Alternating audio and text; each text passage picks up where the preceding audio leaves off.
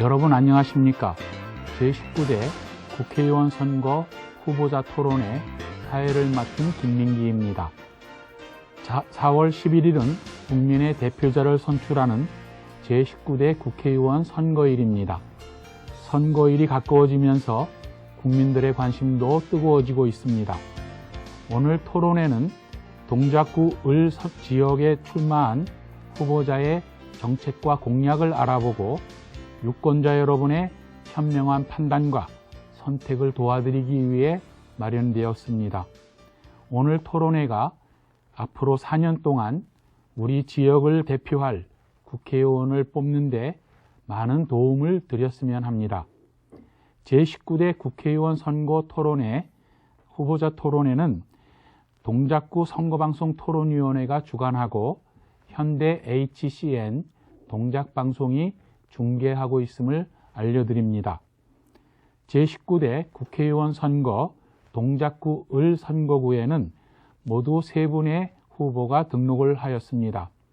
오늘 토론회에는 공직선거법 제82조의 2의 규정에 따라 초청 대상 기준인 국회 5인 이상 소속 의원을 가진 정당 추천 후보, 직전 선거 유효 투표 3% 이상 득표한 정당 추천 후보, 최근 4년 이내 선거 유효 투표 10% 이상 득표한 후보, 여론조사 평균 지지율 5% 이상인 후보에 해당되는 초청 대상 후보자 3분을 모시고 진행하도록 하겠습니다.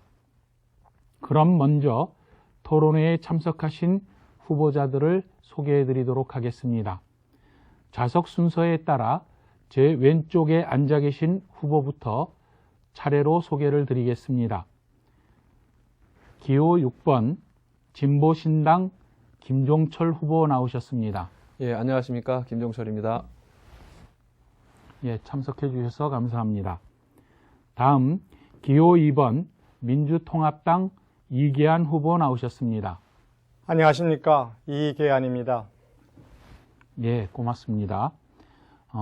기호 1번 새누리당 정몽준 후보 나오셨습니다. 네, 안녕하세요. 정몽준입니다. 예, 나와주셔서 감사합니다. 좌석 배치와 발언 순서, 질문 선정 등은 사전에 추첨과 협의를 통해 미리 결정되었음을 알려드립니다.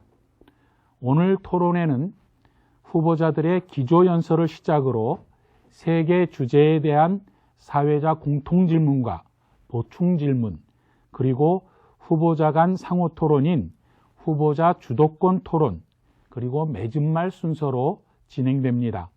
후보자들은 정해진 발언 시간을 지켜주셨으면 고맙겠습니다. 그럼 본격적으로 제19대 국회의원 선거 동작구 을 선거구 후보자 토론회를 시작하도록 하겠습니다. 먼저 후보자들의 기조연설을 듣겠습니다. 기조연설은 2분씩 정해져 있습니다. 진보신당 김종철 후보부터 기조연설 시작해 주십시오. 네, 안녕하십니까. 존경하는 동작을 주민 여러분. 지난해 우리나라 1인당 국민소득은 23,000달러가 넘어섰습니다. 우리 돈으로 환산하면 약 2,500만 원이 되는데요. 이것을 4인 가족 기준으로 하면은 1억 원이 넘어야, 1억 원 정도는 돼야 우리나라의 평균적인 국민 가구 소득을 올리고 있는 것입니다.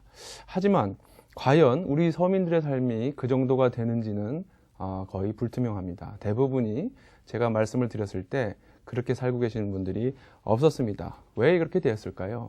그것은 소수 재벌과 소수 특권층, 부유층에게 우리나라에 있는 너무 많은 부가 몰려있기 때문입니다. 2010년 LG경제연구소에서 조사한 자료에 의하면 유가증권 시장에 상장돼 있는 재벌들과 재벌 대기업, 이 대기업이 가지고 있는 현금성 자산이 무려 104조 원에 달한다고 합니다. 그중 10대 기업이 절반인 약 50조가량을 가지고 있습니다. 한마디로 극단적인 양극화라고 할 것입니다.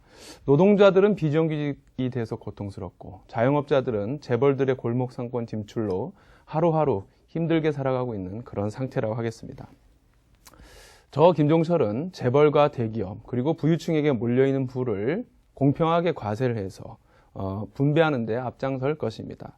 우리나라 재벌 대기업과 부유층은 다른 나라와 비교해도 세금을 너무 적게 내고 있습니다. 이명박 대통령이 그렇게 좋아하는 미국 역시 재벌 대기업에 대한 법인세가 약 40%에 달합니다. 저는 이들 재벌 대기업과 부유층에게 공평 과세를 해서 이렇게 모인 돈으로 양극화를 해소하고 또 비정규직을 줄이고 그리고 골목 상권을 재벌로부터 지켜내는 그런 활동을 할 것입니다. 많은 지지를 부탁드리겠습니다. 예, 고맙습니다. 다음으로 이계한 후보께서 기조연설 해주시기 바랍니다. 2분입니다. 네, 존경하는 동작을 주민 여러분, 안녕하십니까? 얼마 전 갑자기 유명 방송인 김기동 씨가 주요 방송 프로그램에서 사라졌습니다. 김기동 씨는 고 노무현 대통령 노제를 지낼 때 사회를 보았고 종종 아주 신랄한 사회 풍자도 하고 그래서 많은 사람들이 걱정을 했습니다. 이 정부가 뭔가 했을 거다. 근데 실제로 그런 일이 밝혀졌습니다. 국정원이 나서서 유명 방송인의 활동을 통제했다는 그런 것이 밝혀졌습니다. 민간인에 대한 불법 사찰을 넘어서서 이제는 방송인에 대한 사찰까지도 또 활동까지도 억제하는 그러한 정부입니다. 이 자리를 빌어서 이명박 대통령께 강력하게 촉구합니다. 책임을 인정하시고 사죄하시고 책임자를 처벌하십시오. 불법 사찰에 대한 한나장의 태도도 정말 아주 어렵고 이제 와서는 대통령께 사과하라 이런 말씀을 합니다. 그렇지만 어느 정치인도 나서서 내 책임이요 하는 사람은 없습니다. 존경하는 동작을 주민 여러분, 이런 새누리당한테 또다시 국정을 우리가 맡길 수 있겠습니까? 물가, 일자리, 사교육, 골목 상권 등 민생경제는 도탄에 빠졌습니다. 그러면서도 전혀 부끄러움을 모르는 새누리당입니다. 과연 어떻게 또 이 새누리당한테 정권을 맡길 수 있겠습니까? 존경하는 동작을 주민 여러분, 이번 4월 11일 총선거에서 여러분의 신성한 표로 심판해 주시기 바랍니다. 민주주의와 민생경제를 파탄내고 사찰을 인살는 이명박 정부를 심판해 주시기 바랍니다. 제가 앞장서겠습니다. 감사합니다. 네, 고맙습니다. 마지막으로 새누리당 정몽준 후보님 기조연설 부탁드립니다. 네, 존경하는 동작을 주민 여러분 안녕하십니까? 새누리당 기호 1번 정을 몽땅 준 사람 정몽준입니다. 요즘 나라가 혼란스럽습니다. 우리를 둘러싼 주변 정세는 나빠지는데 정치인들은 권력 잡기에만 몰두하고 있습니다. 정치가 국민을 걱정해야 하는데 오히려 국민들께서 정치판을 걱정하는 형편이 됐습니다. 살기 좋은 동작을 만들려면 어떻게 해야 되겠습니까? 저는 이렇게 생각합니다. 좋은 일자리를 많이 늘리고 문화와 교육시설을 개선해야 합니다. 일자리를 늘리기 위해서는 대기업의 업무시설을 유치하고 상업지역을 늘리도록 하겠습니다. 문화생활 수준을 한 단계 높이겠습니다. 남성초등학교 부지에 아이스링크 보육시설, 주차장, 건강검진센터가 있는 종합체육문화센터를 유치하도록 하겠습니다. 상도동에는 목욕탕이 있는 종합레포츠 시설을 유치하고 흑석동의 종합체육센터는 리모델링 하겠습니다.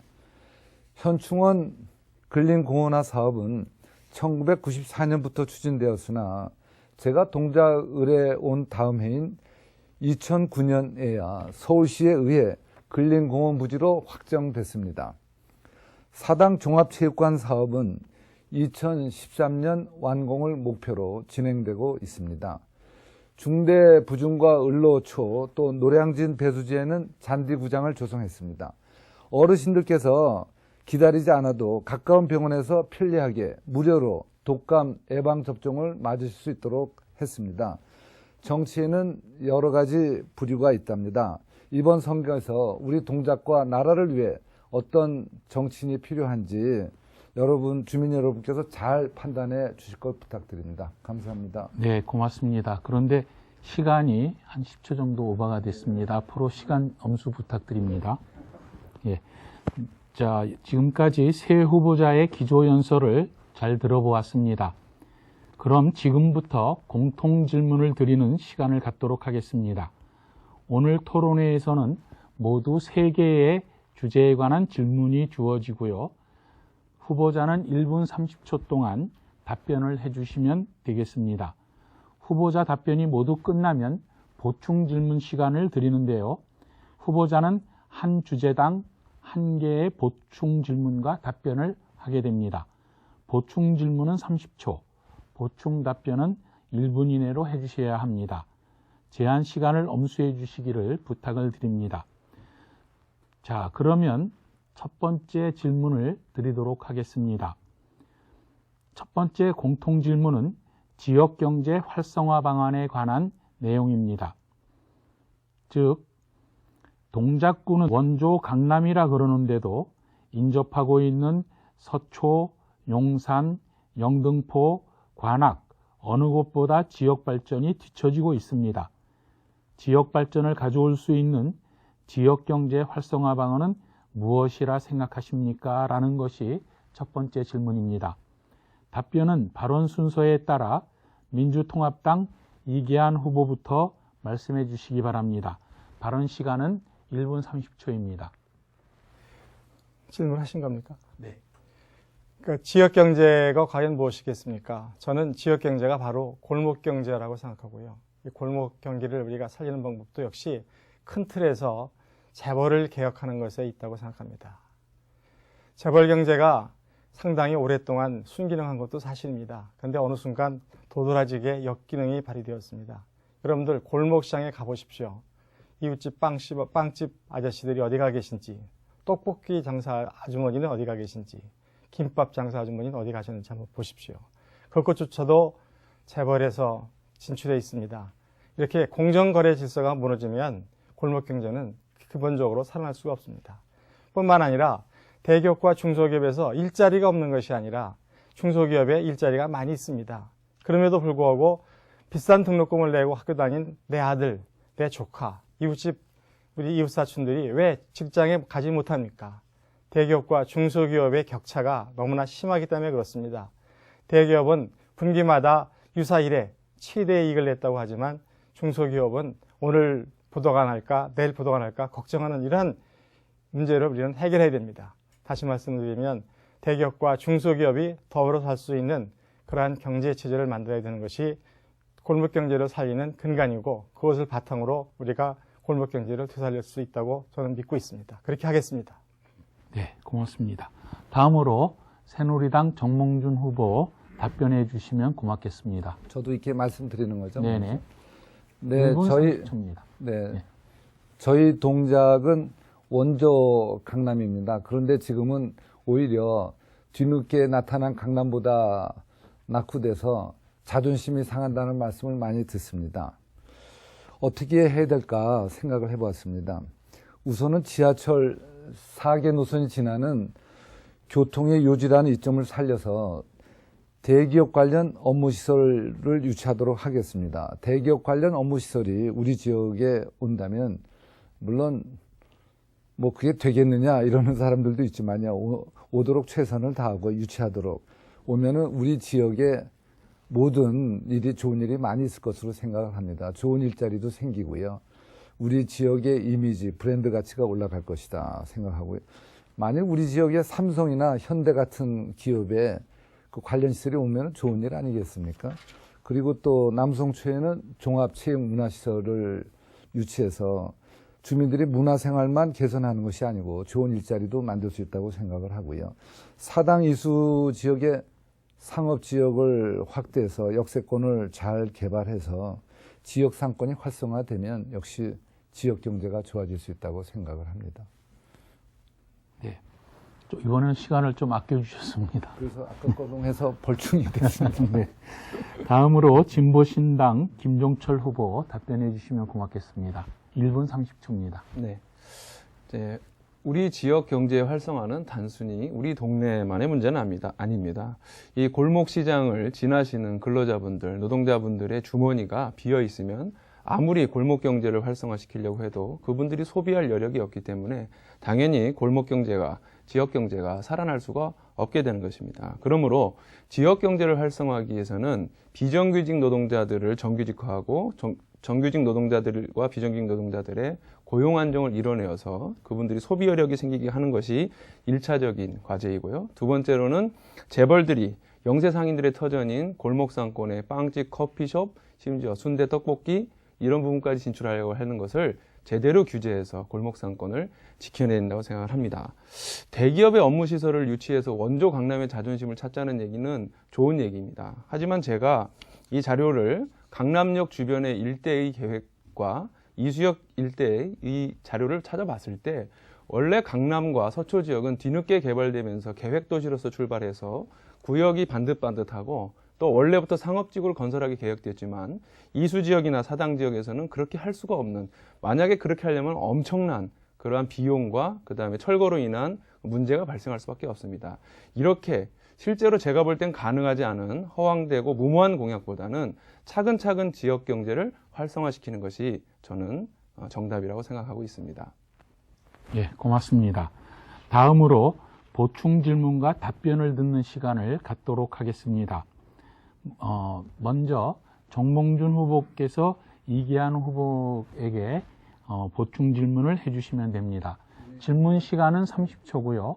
아까 이기한 후보가 발표하신 예컨대 답변하신 것에 대해서 질문을 해주시면 이기한 후보께서 1분 동안 답변해 주시도록 하겠습니다. 이기한 후보께서 이제 재벌을 개혁해서 골목 상권을 살리겠다. 뭐 재벌도 잘못한 건 고쳐야겠죠. 그런데 이제 재벌 개혁을 하겠다고 그랬는데 재벌 개혁하려면 제대로 해야 되겠죠. 이기한 후보께서 17대 국회의원 당시 우리 국회에서 삼성의 이건희 회장, 그다음에 또 김승현 회장의 국회 출석을 안 했기 때문에 고발하는 그 표결에는 기권을 하셨잖아요. 그러면 재벌 개혁을 하시려면 그때 좀 제대로 했었으면 그 소위 말하는 재벌들이 지금쯤은 여러 가지가 달라졌지 않을까 생각을 해요. 그 사실관계가 좀 다른 것 같습니다. 네, 한번 설명을 해보세요. 그때 기권하는 것이 아니고 제가 불참을 했는데 다른 회의가 그날 회의가 오전에 잡혀 있다, 오후로 연결됐다 이렇게 연결이 됐습니다. 다른 스케줄과 겹쳐가지고 제가 부득이하게 못 갔을 뿐이지 기권했거나 그런 건 아니었고요. 다시 회의가. 제가 추가 질문해도 네, 되네. 추가 질문은 안 되고요. 나중에 네. 별도로 저 후보자 주도권 토론 시간이 있으니까요. 그때 하시고 지금은 네, 알겠습니다. 1분 내에 이기한 후보가 35초 남았습니다만 네.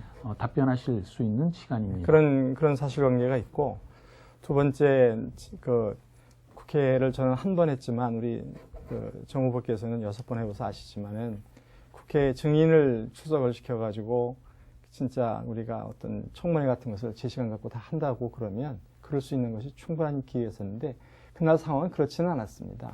그 내용을 구체적으로 파악을 좀 해보셨으면 지금 같은 질문은 안 하셨을 겁니다. 인터넷에서 그런 얘기가 굉장히 많이 돌아다녀가지고 제가 이것이 언젠가는 얘기가 될 거다 해서 답을 하지 않았는데 오늘 뭐 질문하셨으니까 그렇게 답을 하겠습니다. 제가 다음에 다시. 예, 예. 네. 네. 자, 다음으로 김종철 후보가 정몽준 후보에게 보충 질문할 시간입니다. 30초 동안 질문해 주십시오. 예, 정 후보님께서 남성초등학교 운동장 복합 개발을 말씀하시면서 아이스링크를 말씀하셨는데 제가 자료를 찾아보니까 우리나라 최대 아이스링크인 목동 아이스링크가 1년에 3억 원 정도밖에 흑자가 안 나고요. 우리하고 아주 가까운 과천 아이스링크장은 3억 8천만 원 적자입니다. 그래서 그 일명 김연아 아이스링크를 정부에서 만들려다가 포기한 적이 있습니다. 근데 제가 볼 때는 이게 굉장히 심각한 문제가 될 수 있고 또 냉동을 해야 되기 때문에 굉장히 진동이 많이 발생해서 교육 환경이 안 좋을 수가 있는데 이런 부분에 대한 검토가 좀 없으신 거 아니었나 이렇게 생각합니다. 예, 잠깐만 제가 답변하시기 전에 김종철 후보께서 지금 시간을 한 5초 오버하셨거든요. 네, 알겠습니다. 앞으로 질문 시간은 30초로 지켜주시면 고맙겠습니다. 네. 정몽준 후보께서 1분 동안 답변해 우리 주십시오. 김종철 후보 지금 말씀 들어보니까 뭘 하자는 건 없고 이 사람 나쁜 사람 또 이걸 안 한다. 주로 뭐 반대가 위주인 것 같아요. 제가 알기로 흑석동 뉴타운 사업도 반대하시는 것 같고 사당 이수역 역세권도 반대, 또 제가 관심 있고 많은 주민들이 관심 있는 그 남성 초등학교의 종합문화체육시설 하는 것도 반대를 하시는데요. 김 후보 이야기가 맞을 수도 있어요. 어떤 사업을 하는데 쉬운 일이라면 우리가 그걸 공약으로 하겠어요. 그게 어려운 일이니까 여기 다 우리가 힘을 모아서 여기 있는 후보들도 다 힘을 모아서 같이 해보자는 거지. 그걸 일일이 이렇게 다 이런 일을 저런 일로 반대하면 이 세상에 쉬운 일은 뭐 공약할 필요도 없고 또 쉬운 일이 어디 있습니까? 김 후보께서도 관심을 갖고 좀 도와주시면 될 일을 공약해야 된다고 생각하는 입장에서 네, 예, 같이 그렇습니다. 힘을 모아야죠. 네. 이 열기를 점점 띄어가고 있습니다. 자, 다음으로 이기한 후보께서 김종철 후보에게 보충 질문을 해주셨으면 합니다. 30초입니다. 네. 그러니까 골목 상권을 살리는 방법 중에 하나로 비정규직의 정규직화. 그래서 주머니가 든든해져야 비로소 소비가 일어나서 골목 경제가 살아나지 않겠느냐. 그 뒷부분에 대해서는 공감합니다만서도 비정규직을 다 정규직으로 한다는 것에 대한 방책이 무엇인지 한 말씀 해주셨으면 감사하겠습니다. 네. 우리나라 비정규직은 현재 거의 모든 노동자의 한 50%가 넘는 그런 그 통계가 나와 있습니다. 정규직 노동자도 사실상 언제 해고될지 모르는 사실상의 비정규직 노동자가 굉장히 많은데요. 저는 비정규직을 사용할 수 있는 사유를 법적으로 제한을 해야 된다고 봅니다. 그래야지만 어떤 개별 기업 차원이 아니라 전체 기업들 수준에서 비정규직을 줄이려고 하는 자구 노력을 하고, 그리고 더 나아가서 가장 열악한 그 비정규직인 파견, 어제는 IMF 때 도입된 것인데 이건 반드시 철폐를 해야 된다고 생각합니다. 그 중간 착취를 근절해야만 정말 비정규직 노동자들도 제대로 된 소득을 올릴 수 있다고 생각하고요. 마지막으로는 부득이하게 모두 비정규직을 뭐 없앨 수는 없다면 비정규직과 정규직의 어떤 임금 차이라든가 노동 조건 차이를 없애서 비정규직을 굳이 쓰지 않아도 되는 그런 환경을 만드는 게 가장 좋다고 생각하고 있습니다. 네, 고맙습니다. 첫 번째 질문은 지역경제 활성화를 위한 방안을 여쭤본 것이었습니다. 이번에 두 번째 드리는 공통 질문도 지역의 현안 문제입니다. 교통 혼잡 문제 해결을 어떻게 해결할 것인가 하는 내용인데요. 질문을 드리겠습니다. 동작대로를 비롯하여 지역 곳곳에서 출퇴근 시간에 극심한 교통정체가 발생하고 있습니다. 지역의 교통 개선 대책은 어떤 것을 검토하고 있습니까? 라는 질문입니다. 이번 답변은 새누리당 정몽준 후보에게부터 먼저 여쭤보도록 하겠습니다. 1분 30초 동안 답변해 주셨으면 고맙겠습니다. 네, 지금으로부터 2년 전 2010년에 저는 대한국토도시학회와 협약을 맺고 연구를 추진해서 작년에 우리 지역 발전을 위한 청사진이라고 할 수 있는 동작구 지역 발전 계획을 만들었습니다. 그 계획 안에는 상업 지역 비율을 상향 조정하고 연계 도로망을 확장 신설하는 좋은 계획들이 만들어져 있습니다. 이 계획들이 앞으로 우리 동작구청과 서울시청의 앞으로 향후 계획에 반영이 되도록 노력을 하겠습니다. 우리 지역은 지리적으로 참 좋은 지역입니다. 그래서 이 좋은 것을 잘 활용을 하면 된다고 생각을 하고요. 우선 사당로 확장은 구청에서 금년 6월에 하겠다, 8월에 개통하겠다 한 것을 제가 적극적으로 주장해서 금년 1월 6일에 개통을 했습니다. 근데 이 사당로 확장된 것을 여기에 만족하지 않고요. 3차 확장 계획을 세워서 총신대까지 추진을 해야 되지 않을까 생각을 하고요. 그리고 이제 동작대로가 많이 밀리는데 제일 큰 원인 중에 하나가 그 버스 중앙 차로가 이제 이수역에서 이제 거기서 이제 더 계속이 안 되죠. 그래서 그것을 최소한도 남태령까지 좀 연장하는 것도 생각을 해봐야 되고요. 또 버스 환승 시설 이런 것도 서울시에서 이제 검토를 하고 있는데 그런 것도 저희들이 함께 한번 연구해봐야겠다 생각합니다. 네, 고맙습니다. 다음으로 진보신당 김종철 후보 답변해 주셨으면 고맙겠습니다. 예. 사실 이 문제는 쉽지 않은 문제인 것 같습니다. 여기 계신 모든 후보들이 다 마찬가지일 거라 생각하는데요. 그 출퇴근길 남성역 그리고 이수역 그 정체로 굉장히 어려운 것 같습니다. 그러나 그렇다고 해서 이 문제를 길을 넓히면 된다라고 접근을 해서는 또한 안 된다고 생각합니다. 실제로 작은 도로가 넓어지게 되면은 그만큼의 교통량을 또한 가져온다는 것이 이 교통학계의 정설처럼 돼 있습니다. 그리고 이미 이수역에서 남성역 중간에 그 범집역에까지 6차로로 확장이 돼 있는 마당에 이 상태에서 또다시 그것을 총신대까지 연장한다는 것은 대단히 많은 비용을 발생시킬 수 있어서 그것의 실현 가능성이라든가 타당성을 재검토해야 된다고 생각합니다. 저는 좀 근본적인 해법으로서 자동차를 타지 않아도 되는 그러한 환경을 조성하는 것이 바람직하다고 생각하고 있습니다. 실상 선진국에서 예를 들면 런던 같은 데서는 자동차를 많이 타고 나면은 아예 페널티를 줘가지고 굉장히 많은 돈을 물립니다. 그 도심에서는 이런 식으로 해소하기까지 했기 때문에 우리는 그렇게 하지는 않더라도 자동차를 타지 않아도 될 정도의 대중교통을 편리하게 이용하도록 하는 것이 좋겠다고 생각합니다. 대중교통 요금 인상을 억제하고 배차 간격을 축소하고 그리고 버스, 지하철뿐만 아니라 장기적으로 마을 버스까지 공공성을 도입해서 연계를 충분히 한다면 이 문제를 해결할 수 있지 않을까 생각하고 있습니다. 네, 고맙습니다.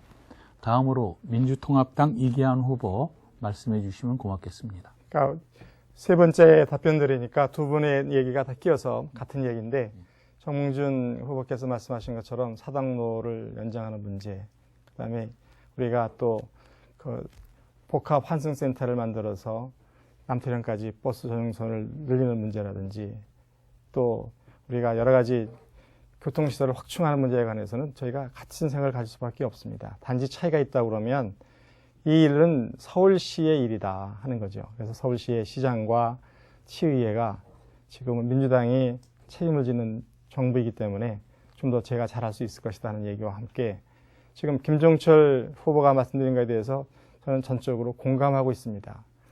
수요를 우리가 그 관리를 일정 부분 해야지 공급만 가지고 우리가 계속해서 뭘 답을 내기에는 지나치게 어렵다. 대중교통수단을 어떻게 해서 좀 더 편리하게 할 수 있는가. 또 일터와 주거지역을 어떻게 하면 근접하게 할 수 있는가.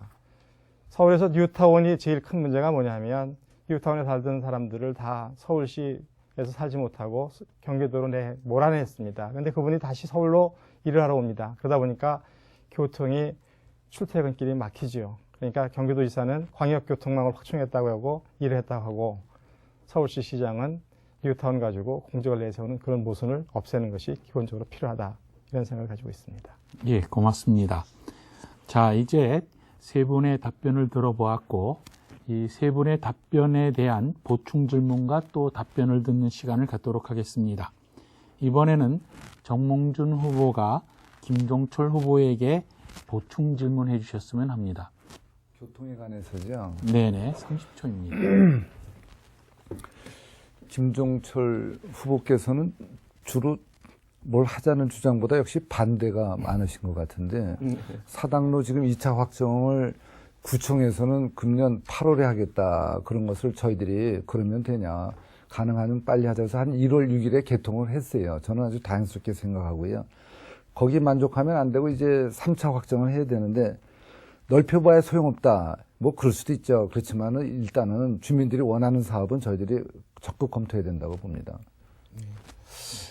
교통과 관련된 얘기는 아니지만 사실은 제가 2008년 총선 때 정 의원님하고 그 경선을 하면서 사당동의 뉴타운은 불가능하다고 얘기를 했었습니다. 근데 그때 가능하셨다고 하셨는데 저는 그 되지 않는 얘기는 하면 안 된다라고 생각합니다. 그 우리 아까도 말씀드렸지만은 그 상업시설 확대도 그렇게 이수역처럼 밀집돼 있는 주거지역이 밀집돼 있고 소규모 상업지역이 밀집돼 있는 데서 어디를 부셔가지고 이 대기업을 유치할 것인가 이게 안 되는 것처럼 마찬가지로 지금 현재 교통 문제를 일단 부시고 새로 지으면 된다라고 하는 그러니까 총신대 입국, 총신대학교 정문까지 또 넓힌다고 했을 때 과연 지금 이미 그 들어서 있는 그 굉장히 많은 공간을 상업이 거주 공간이 들어가 있고 또 상업 공간이 들어가 있는 것을 했을 때 시민들이 그걸 보고 또 찍었다가 이거 결국 안 되는 거구나. 또 비용이 너무 많이 드는구나 했을 때 문제가 되지 않겠습니까? 저는 그래서 대중교통 개선이라고 하는 것이 가장 올바른 해법이 아닌가 이렇게 생각하고 있습니다. 네, 고맙습니다.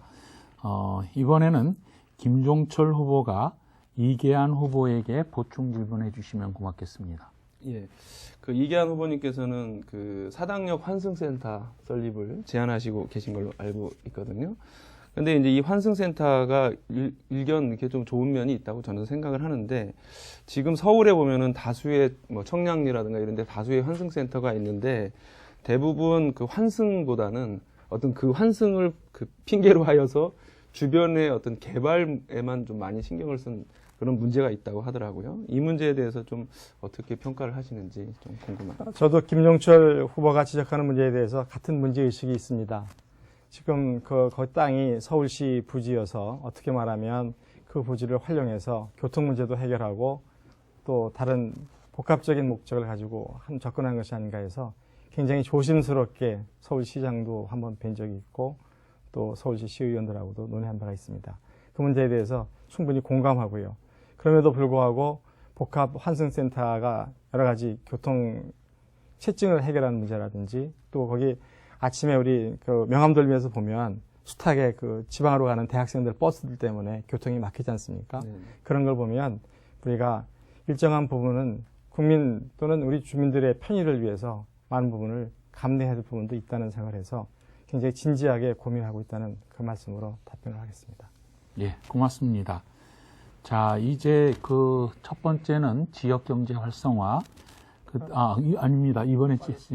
이번에는 이계한 후보께서 정몽준 후보께 보충 질문을 해드릴 순서입니다. 30초 동안 질문을 해주시면 고맙겠습니다. 그 사당 이수 지역의 상업 지역을 확대한다는 말씀하셨지 않습니까? 그러면 이제 교통이 훨씬 더 이제 교통 수요가 많이 더 유발될 텐데요. 그 문제는 어떻게 처리하실 계획을 갖고 계신지 구체적인 보관이 있으셨으면 한번 말씀 주시면 고맙겠습니다. 우선 말이죠. 우리 동작구의 상업지역 면적이 1.9%밖에 안 되는 건 알고 계시죠. 그리고 서울 평균은 7.2%고 우리 길 옆에 있는 서초구는 6.8%예요. 그러니까 우리는 서초구나 서울 평균의 3분의 1도 안 되는데, 그래서 제가 관련자들하고 항상 그 얘기를 합니다. 우리는 상업지역을 이렇게 작게 해주는데 무슨 원칙이나 기준이 있냐 그랬더니 대단히 실망스럽게 그분들이 그런 거 없대요. 그렇지만 저쪽은 말씀대로 계획된 지역이니까 도로가 이렇게 있고 좋으니까 자꾸 해주고, 이쪽은 도로도 좀 나쁘고 그러니까 안 해주다 보니까 이제 악순환이죠. 저는 이제 악순환의 고리를 끊어야 될 때라고 생각하고요. 이것은 절대적으로 꼭 해야 된다 생각합니다. 주민들께서 다 원하시는 걸 알고 있고요. 그럴 경우 이제 교통량이 늘어나지 않냐? 그것은 해결할 방법이 많이 있다고 생각해요. 뭐 버스 환승센터도 할 수 있고요. 중앙차로를 저기 남태령까지 연결하는 방법도 있고, 뭐 구더기 무서워서 장 못 담근다는 말이 생각납니다. 네. 예, 지금까지 아까 말씀드린 대로 지역 경제 활성화, 그 다음에 또 지역 내 현안인 교통 개선 대책에 대해서 여쭤보았습니다. 이번에는 우리 이 국회의원이 되시면은 지역 문제도 지역을 대표하시기도 하지만 국가적인 차원의 문제도 다루셔야 되기 때문에 이번에는 복지 확대를 위한 재원 마련 방안이라고 하는 좀 거시적인 문제를 여쭤보고자 합니다. 세 번째 공통 질문은 이렇습니다. 무상급식에 이어 고등교육 무상화, 고령화 시대의 노인복지 증진 등 다양한 복지 확대가 주장되고 있습니다. 문제는 재원입니다. 복지 확대와 관련해서 재원 확보 방안을 말씀해 주시기 바랍니다. 라는 질문입니다. 이번에는 진보신당 김종철 후보부터 답변을 해 주시면 고맙겠습니다. 마찬가지로 1분 30초입니다. 네. 예, 동작을 주민 여러분, 국민들의 삶이 어려워지니까 너도 나도 복지를 얘기합니다. 그동안 그 복지는 그 뒤편에 있었던 새누리당 역시 지금은 복지를 얘기를 합니다. 하지만 복지 확대를 위해서는 반드시 해야 될 얘기가 있습니다. 그것은 부자 감세를 철회하고 또한 대기업과 부유층에 증세를 하는 것입니다. 이것은 어쩔 수가 없는 것입니다. 복지를 확대하고 있다고 했는데 그 확대하기 위한 재원을 얘기하지 않으면서 어떤 얘기를 할 수 있겠습니까? 국회의원이나 대통령이 사제를 털어서 복지를 해줄 것입니까? 그러므로 솔직하게 얘기를 해야 되는 것입니다. 저희 진보신당은 이명박 정부가 실시한 부자 감세를 2008년 이전 수준으로 먼저 되돌리겠습니다. 더불어서 대기업과 최고 부유층에 선진국 수준의 세율을 부과할 것입니다. 그리고 대기업들에게 그 부당하게 지원되었던 각종 조세 감면 조치를 철회하면 저희 계산으로 약 30조 원에서 40조 원의 그 세수가 확보될 수 있습니다. 우리나라는 OECD 국가 중에서 재정 규모가 가장 적은 편이고 그 재정 규모에서 복지 지출 역시 굉장히 작은 나라에 속합니다. 다른 나라는 부유층이 세금은 물론이고요. 심지어 같은 죄를 저질러도 벌금도 더 냅니다. 그만큼 공평한 나라를 만들고 있습니다. 이명박 대통령이 때만 되면 선진화를 얘기하는데 이 세금 문제까지, 부자 증세까지 선진화되었으면 좋겠습니다. 네, 고맙습니다. 다음으로 민주통합당 이계한 후보 답변해 주시면 고맙겠습니다. 저는 무상복지 중에서도 특히 무상급식 문제에 관해서 아주 어렸을 적에 어떤 상처 같은 것이 있습니다.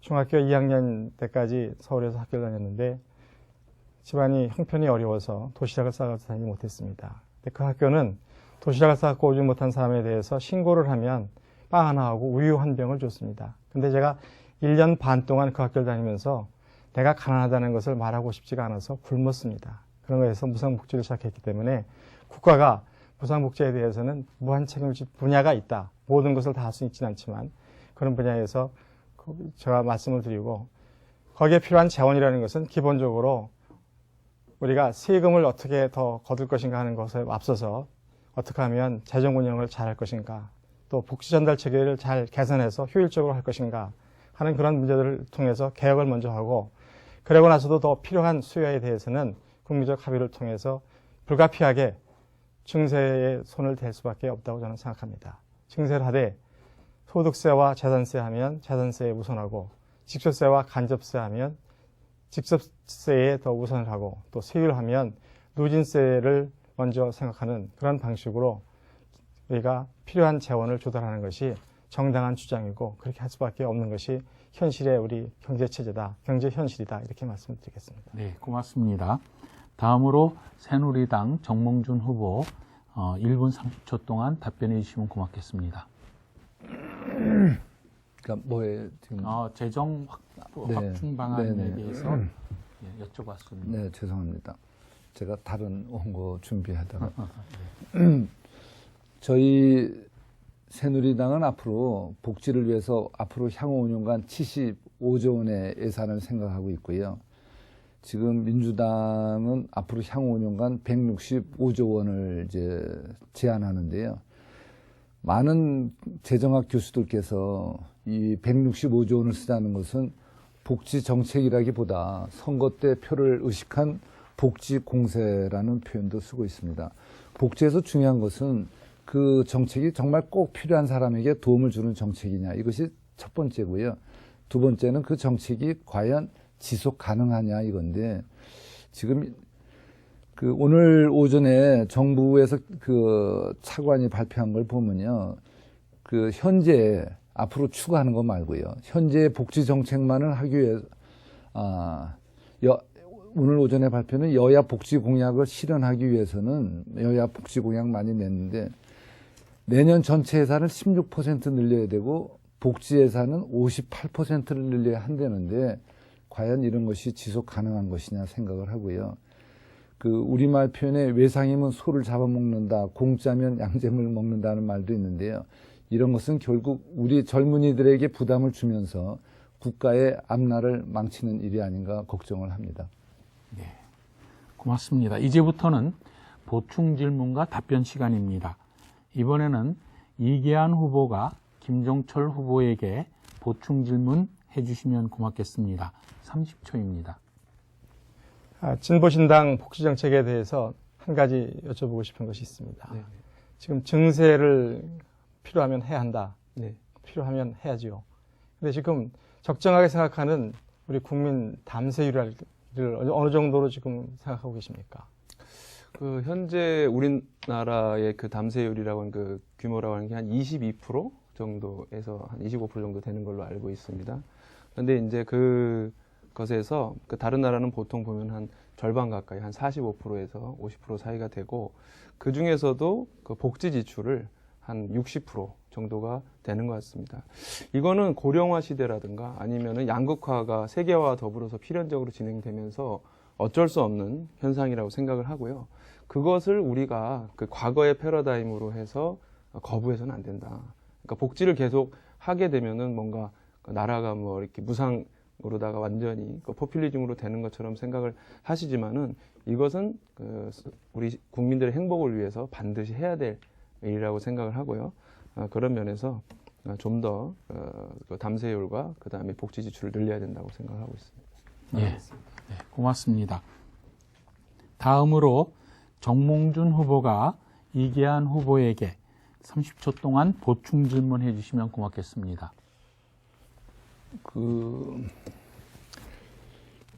이계한 후보께서는 국회에 있을 때 17대 때 법인세율 인하를 이제 주장한 것으로 알고 있는데 그건 사실인가요?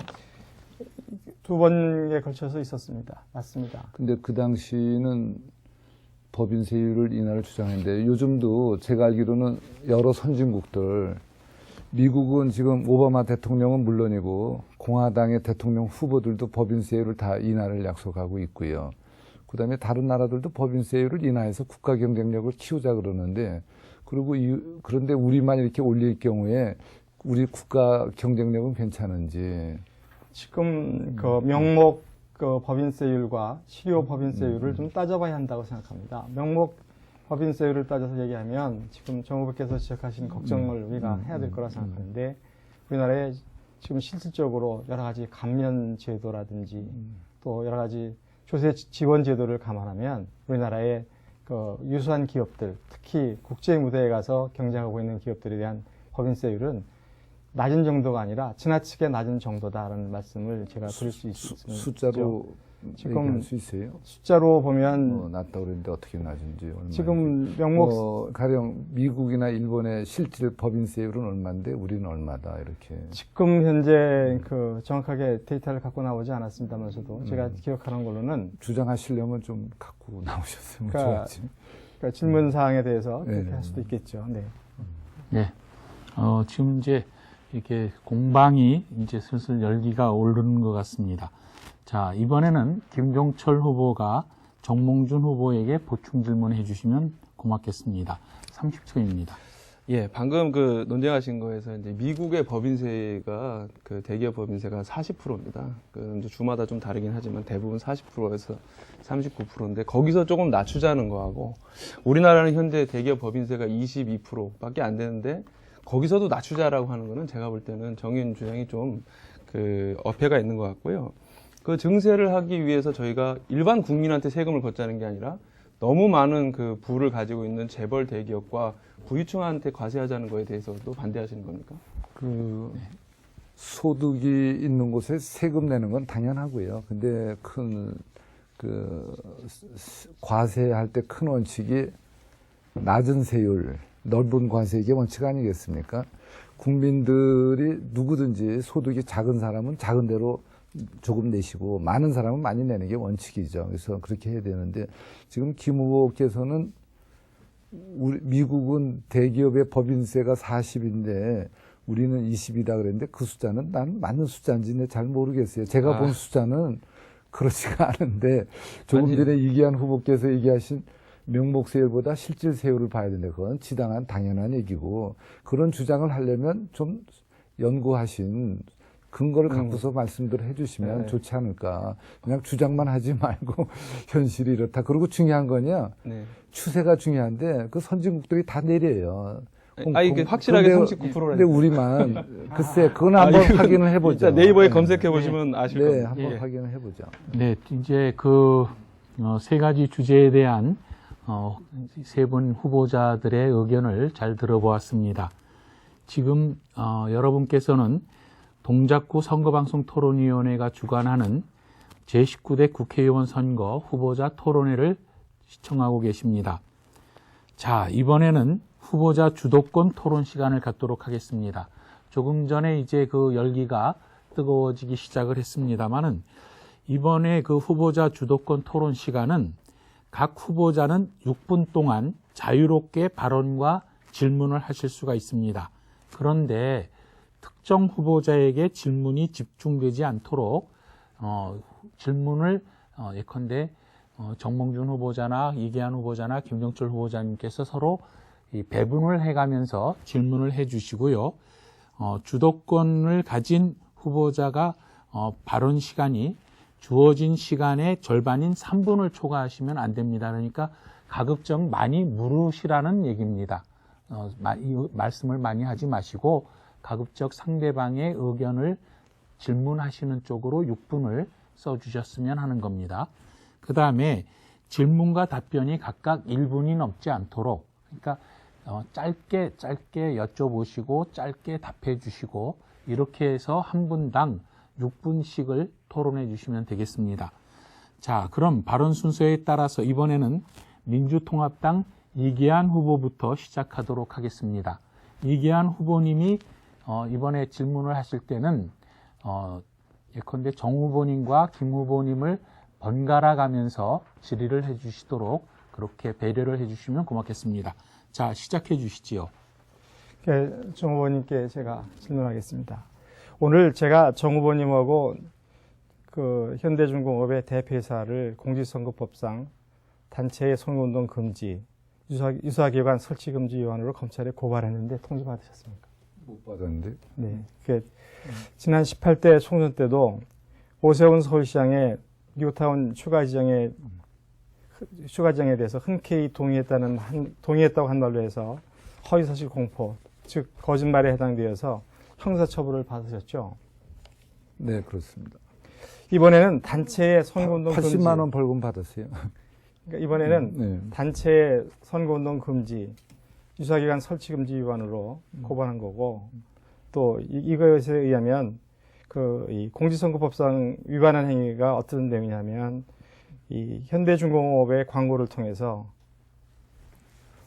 엄청난 자금을 동원해서 부정선거를 했다는 주장입니다. 그에 대해서 제가 요구하고 촉구하는 것은 이제라도 현대중공업에서 내는 광고를 중단하시고 그에 대해서 응분의 조치를 취해 주시는 것이 맞지 않을까 하는 생각입니다.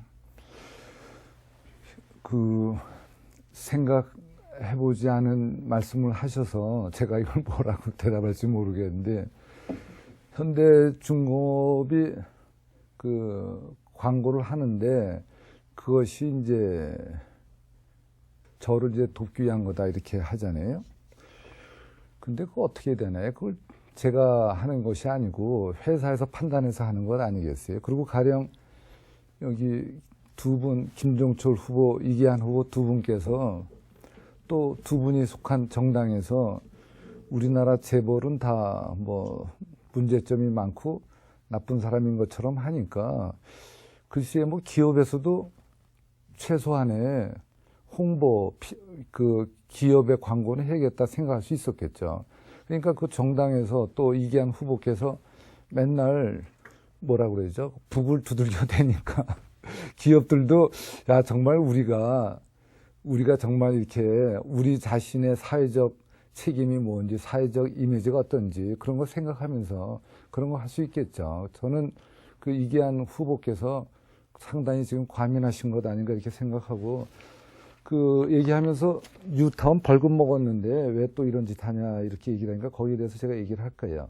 18대 선거에서 뉴타운 공약한 건 저만 한 게 아니고 서울시에서 한 30명 되는 후보가 했고요.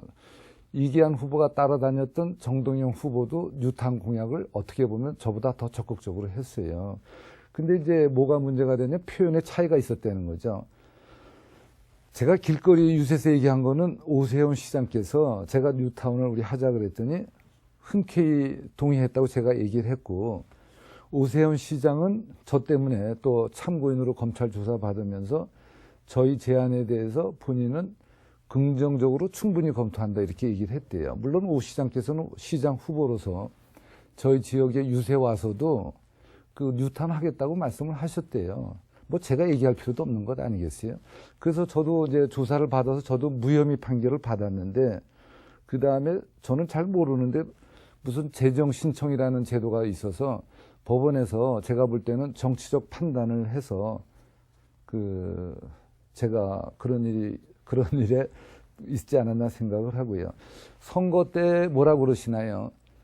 돈은 쓰지 말고 말은 풀자 그러는데, 아니 이런 섬세한 미세한 표현의 차이 가지고 그 후보들을 이렇게 위협적으로 하면 말을 할 수 있을까요?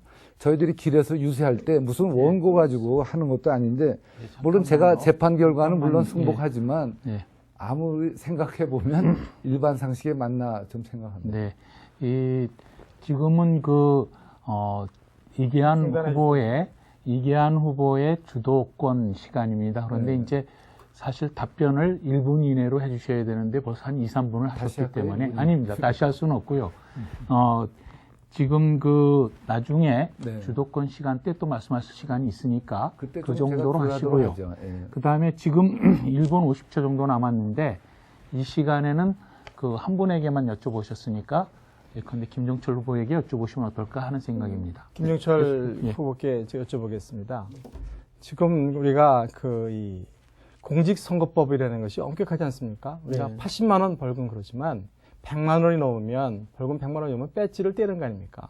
그렇죠. 그러니까 이런 엄중한 법인데 지금 사당동 뉴타운 지역에 관해서 지금 말씀하시는 그 정몽준 후보가 말씀하시는 것에 대해서 그때 같이 경쟁했던 입장에서 어떻게 받아들이십니까? 저는 그때 경쟁을 했었기 때문에 대단히 유감스럽죠. 사실은 저는 그리고 그 당시 뉴타운 열풍이 굉장히 셌기 때문에 그걸로 당선된 새누리당 당시 후보들이 굉장히 많았습니다. 근데 이제 저는 그것이 되지 않을 거라고 생각을 했고, 또 제가 2006년 서울시장 선거 나갔을 때 뉴타운 문제로 공부를 해보니까 사당동 지역은 이게 될 수가 없는 상황이었습니다. 그래서 근데 저렇게 공약을 하게 되면 안 될 텐데 했는데, 그것이 그거는 정몽준 의원님께서도 좀 이렇게 바로잡아야 될 부분이라고 저는 생각하고 있습니다. 제가 후보가 김 후보한테 물어보지만 실제로 저를 비방하는 정몽준 후보께 질문 한 가지 더 드리겠습니다. 상법상 사실상 이사제도라는 것을 기억을 하실 거라고 생각합니다. 그러니까 지금 현대중공업이 광고 내는 거와 관련해서 현대중공업이 알아서 하지 않았겠는가 이런 취지로 말씀을 하셨지만 실질적으로 법을 따져서 보면 정몽준 후보께서는 현대중공업에 영향력을 행사할 수 있는 그러한 위치에 있는 분으로 지금 돼 있어서 저는 이 문제가 검찰이 알아서 하겠지만 그렇게 회사의 어떤 방어를 위해서 또는 선거와 무관하게 이렇게 했다고 말씀하시는 것에 대해서는 좀 동의하기가 어렵다. 이런 말씀을 드리면서 이 말씀을 마무리하겠습니다. 이계한 후보께서 저를 고발까지 하셨더니 동의 안 하시겠죠. 근데 김종철 후보한테 물어보는 시간에 저를 비방하는 질문하는 건 좀 남자답지 못하시네요. 자, 이계한 후보님의 주도권을 가진 토론 6분이 경과했습니다. 이번에는 새누리당 정몽준 후보께서 주도권을 가지시고 토론을 해주시는데 6분입니다. 그런데 가급적이면 말씀을 1분 이내, 또 답변도 1분 이내 해주시고 이계한 후보와 김종철 후보에 각각 어떻게 보면 비슷하게 질문을 해주시면 고맙겠습니다.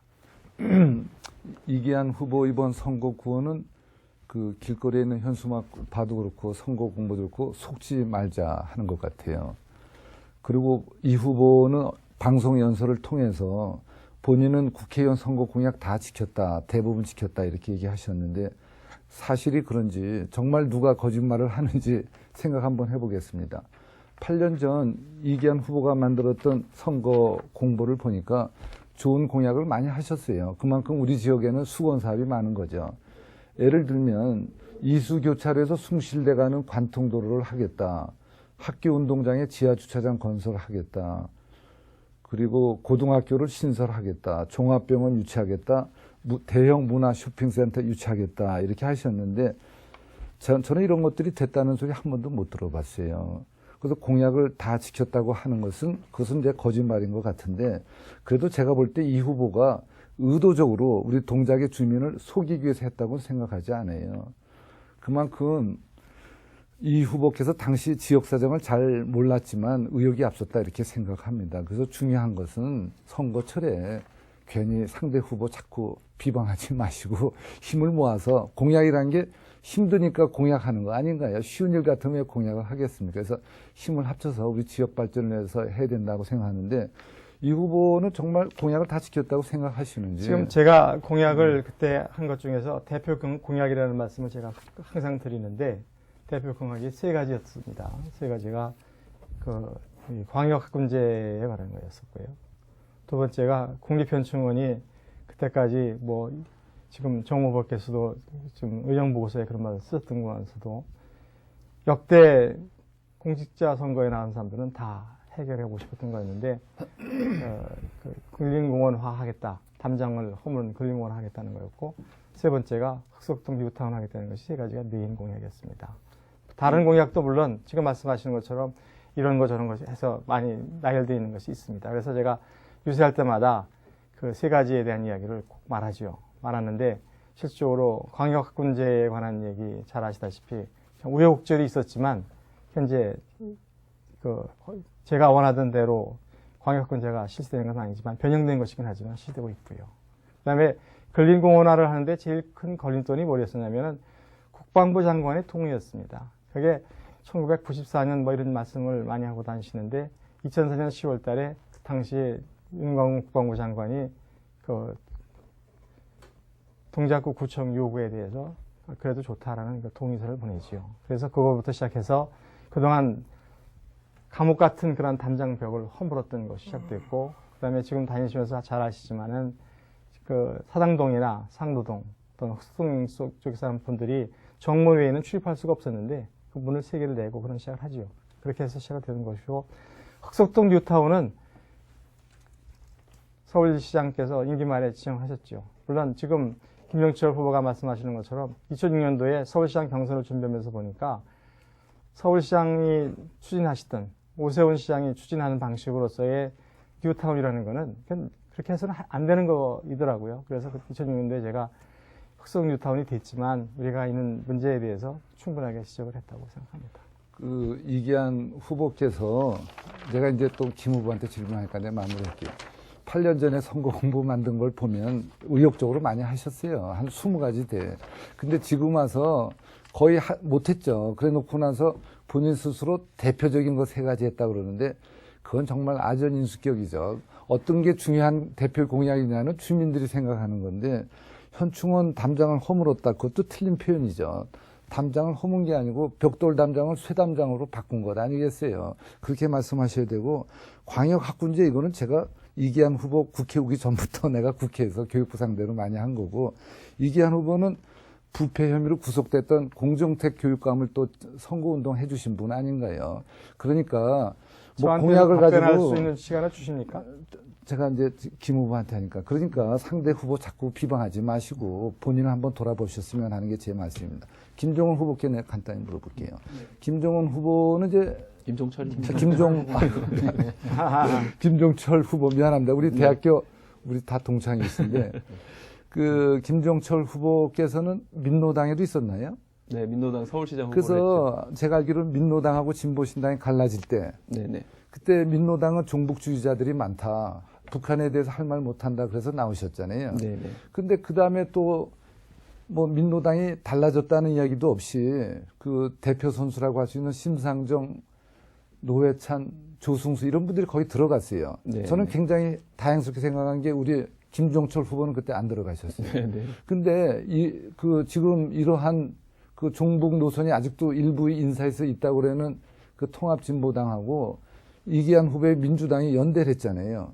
이렇게 되면 문제 있는 당하고 문제가 크게 있는 당하고 또 다 합치면 연대하는 정당이 다 문제가 되는 것 아니겠어요?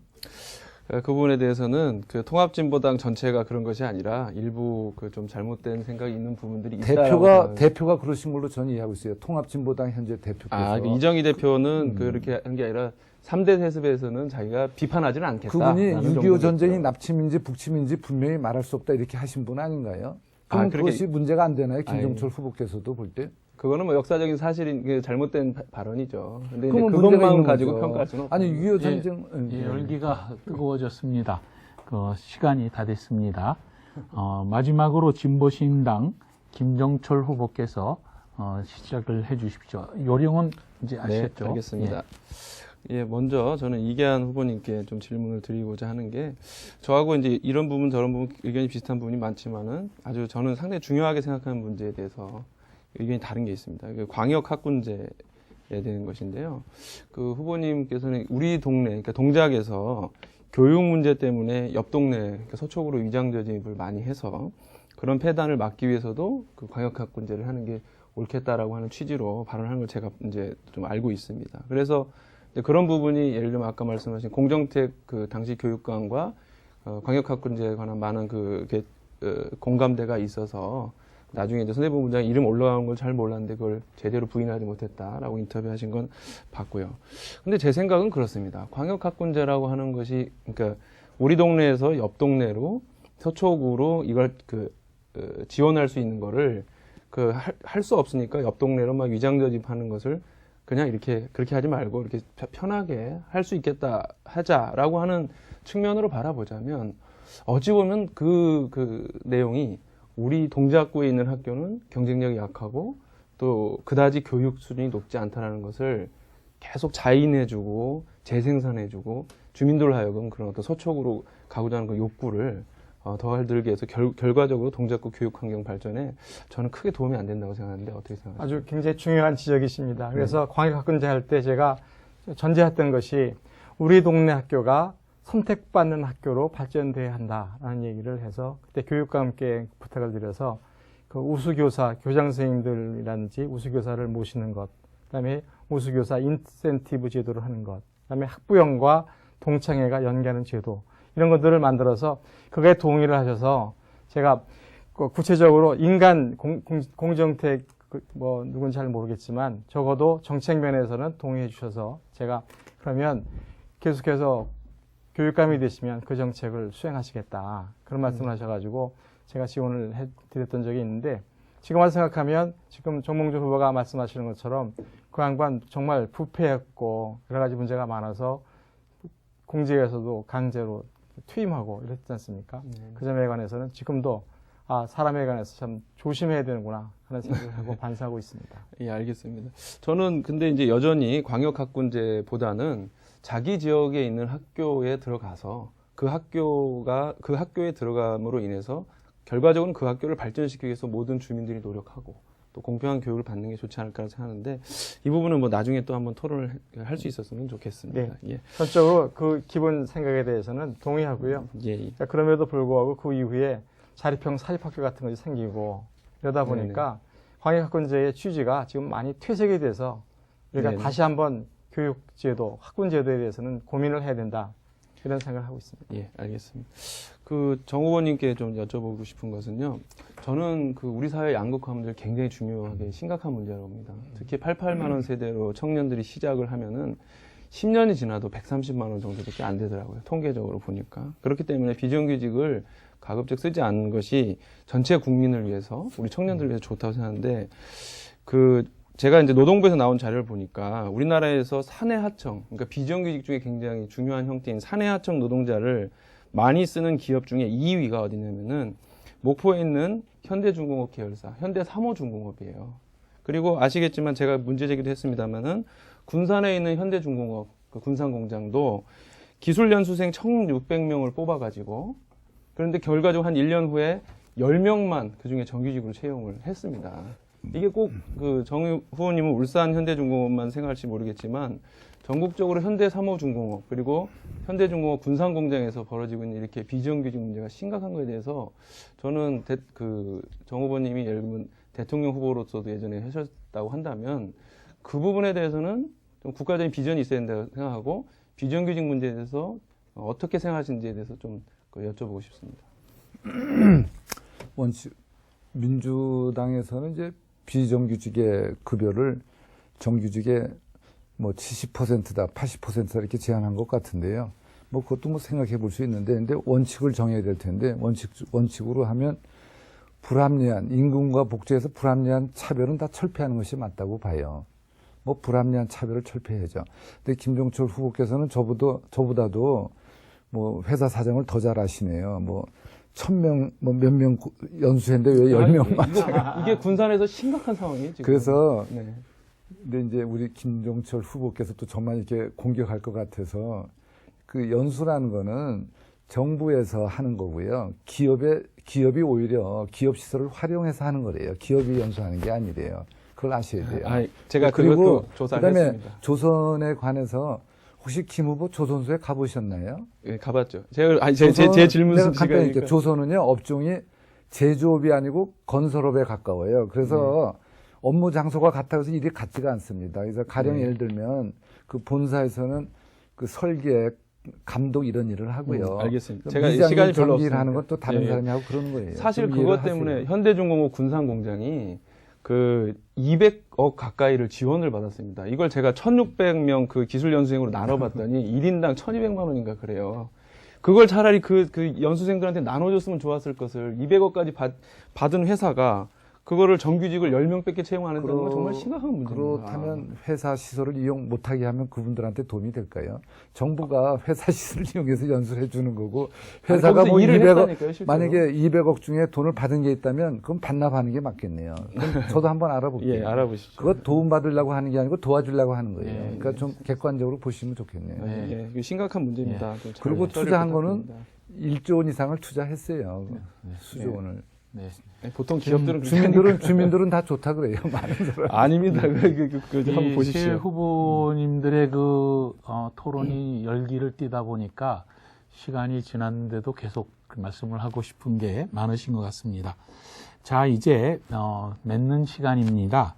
마지막으로 후보자들의 그 맺은 말을 들어보도록 하겠습니다. 앞서 말씀하신 거나 또는 토론하신 부분 중에서 미진했던 부분이나 보충해야 될 것들이 있으면 2분 동안 말씀을 해주시면 됩니다.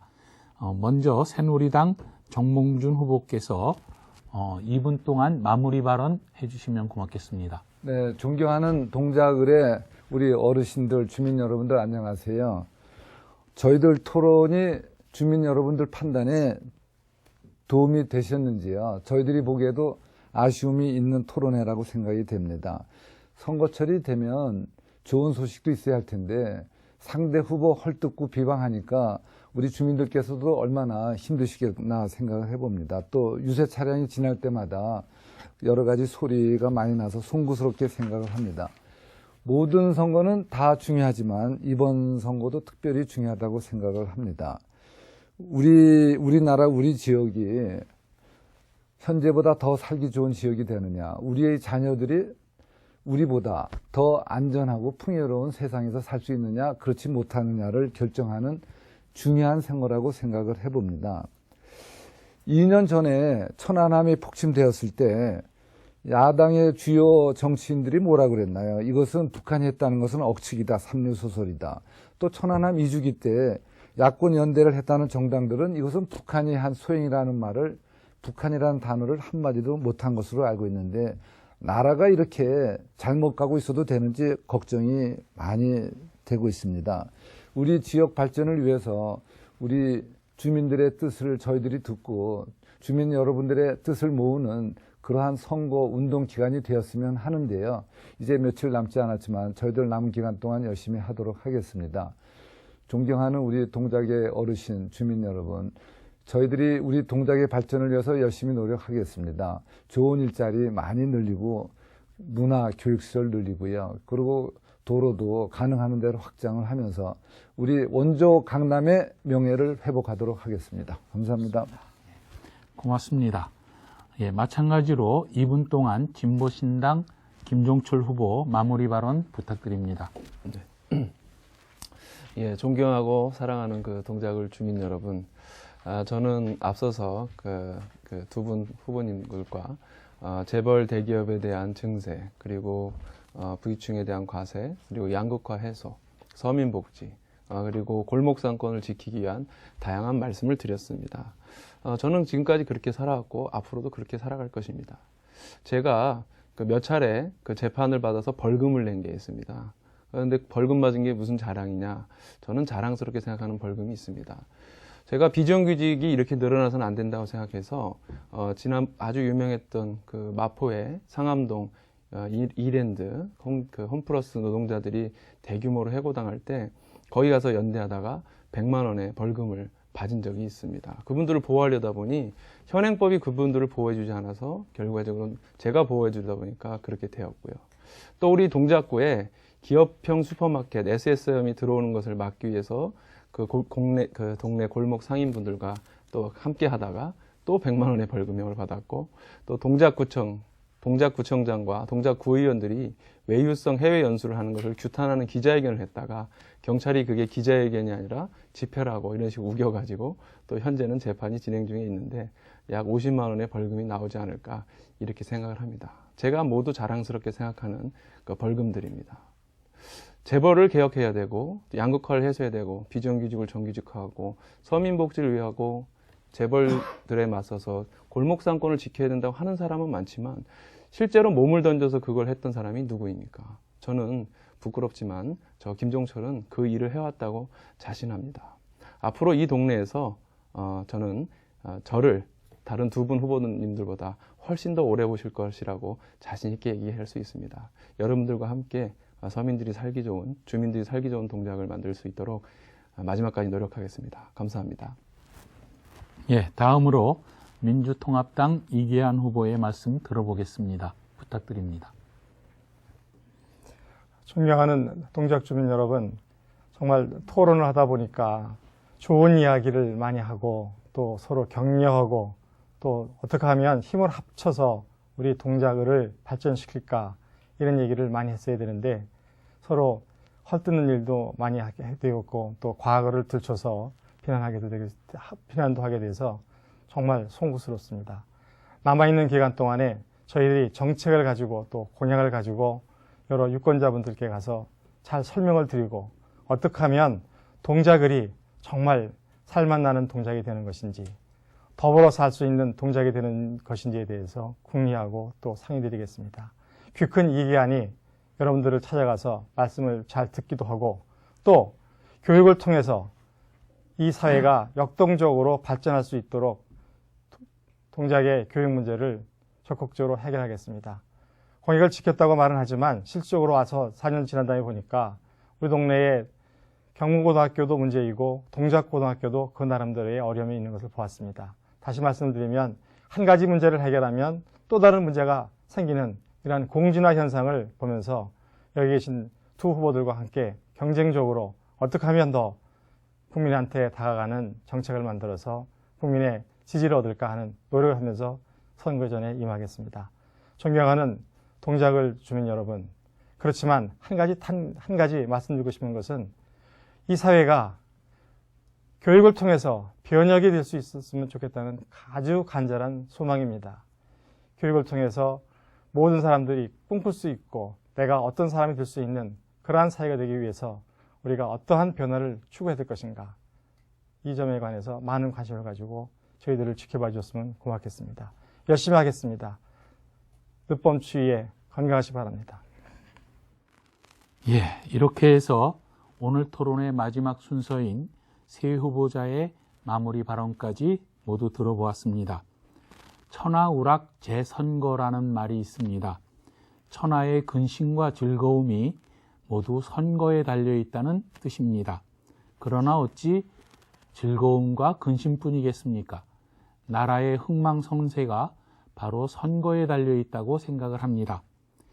오늘 특히 그 올해는 양대 선거가 치러지는 선거의 해입니다. 선거는 우리의 대표를 고르고 뽑는 정말 중요한 일입니다. 4월 11일 선거에 반드시 참여하셔서 우리 유권자들의 손으로 나라의 일꾼, 지역의 대표를 뽑아주시기 바랍니다. 오늘 토론회가 유권자 여러분의 선택에 도움이 되었기를 바라면서 이상으로 동작구 선거방송토론위원회가 주관한 제19대 국회의원 선거 후보자 토론회를 마치겠습니다. 감사합니다.